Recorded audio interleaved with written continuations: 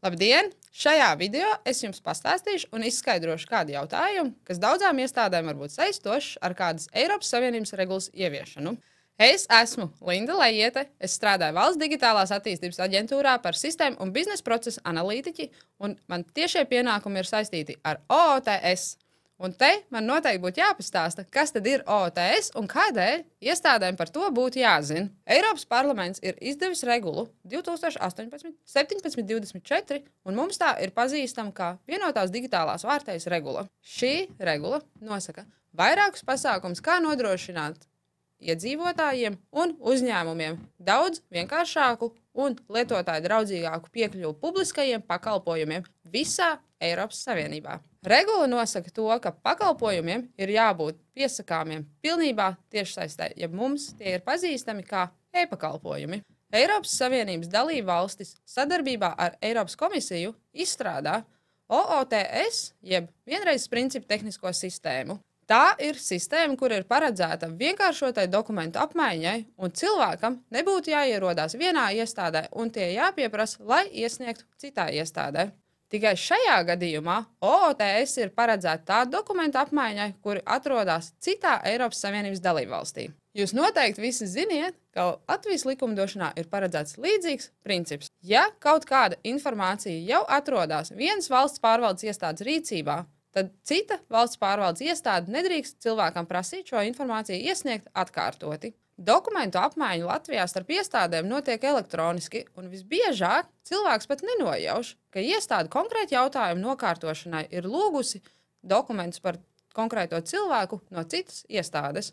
Savukārt OOTS, ja vienreizes principu tehniskā sistēma, ir paredzēta šādai pašai dokumentu apmaiņai, bet jau visas Eiropas Savienības mērogā. Taču šeit es vēlos uzsvērt divas būtiskas atšķirības. Pirmkārt, OOTS nav neatkarīga sistēma. Tā funkcionē tikai tad, ja tā ir iebūvēta iekš e-pakalpojumiem.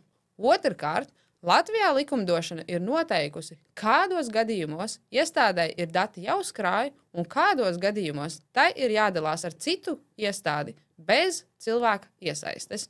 Savukārt, datu apmaiņa starp dažādām Eiropas Savienības dalībvalstīm var notikt tikai gadījumos, kad cilvēks ir devis nepārprotamu piekrišanu.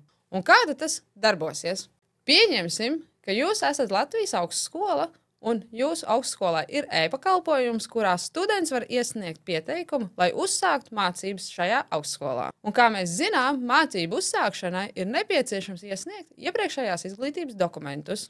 Latvijā iepriekšējās izglītības dokumenti glabājas Izglītības ministrijas pārziņā esošajā valsts izglītības informācijas sistēmā, un šajā gadījumā augstskola no šī reģistra dokumentus izgūs automātiski. Bet kā būtu gadījumos, ja studentam, kurš piesakās mācībām augstskolā, iepriekšējās izglītības dokumenti glabājas citā Eiropas Savienības dalībvalstī?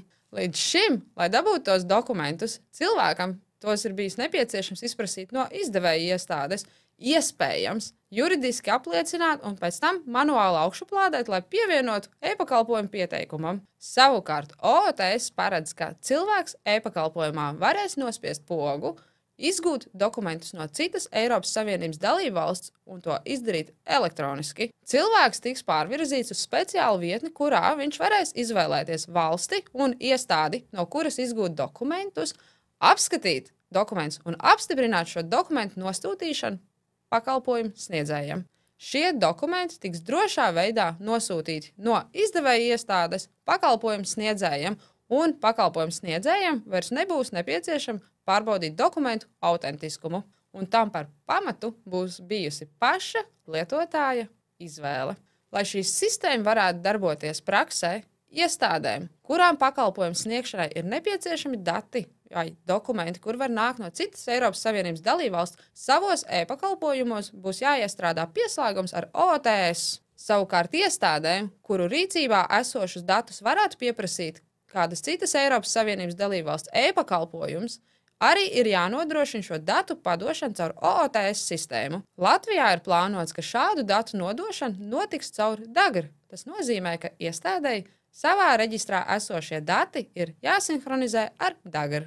Ja par OOTS jums ir radušies papildus jautājumi, droši sazināties ar Valsts digitālās attīstības aģentūru, un esmu pārliecināta, ka varēšu uz tiem atbildēt. Kontaktinformācijas saziņai tiks pielikta pie šī video.